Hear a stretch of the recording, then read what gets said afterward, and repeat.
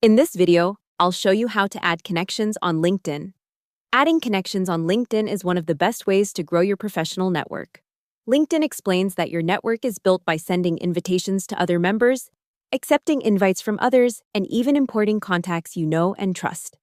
LinkedIn also notes that your first-degree connections are the people you are directly connected with on the platform. To get started, open LinkedIn and search for the person you want to connect with. You can do this from the search bar, from suggested people in the My Network section, or by opening someone's profile directly. Once you find the right person, look for the Connect button. If it appears right away, tap or click it to send the invitation. This is the basic way most people add connections on LinkedIn. Sometimes you may not see the Connect button immediately. In that case, open the person's profile and tap or click the More button. From there, you may see the option to connect or personalize the invitation. LinkedIn's help pages also explain that you can add a personal message to your invitation, which is a great idea when you are reaching out to someone you do not know well. A short note can make your request feel more professional and more relevant. When you personalize the invitation, keep the message simple. You might mention where you met, why you are reaching out, or what you have in common professionally. LinkedIn says that in some cases you may be asked how you know the person, and if you select that you do not know each other, LinkedIn may prompt you to message them first to establish a relationship. Another way to grow your network is through your existing contacts.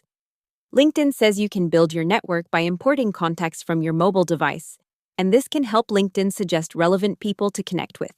This can be useful if you want to quickly find coworkers, classmates, or professional contacts who are already on the platform.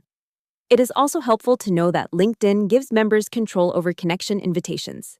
In privacy settings, people can choose who is allowed to send them invitations, such as everyone on LinkedIn, or only people who know their email address or appear in imported contacts. So if a connection request does not go through easily, the other person's invitation settings may be part of the reason.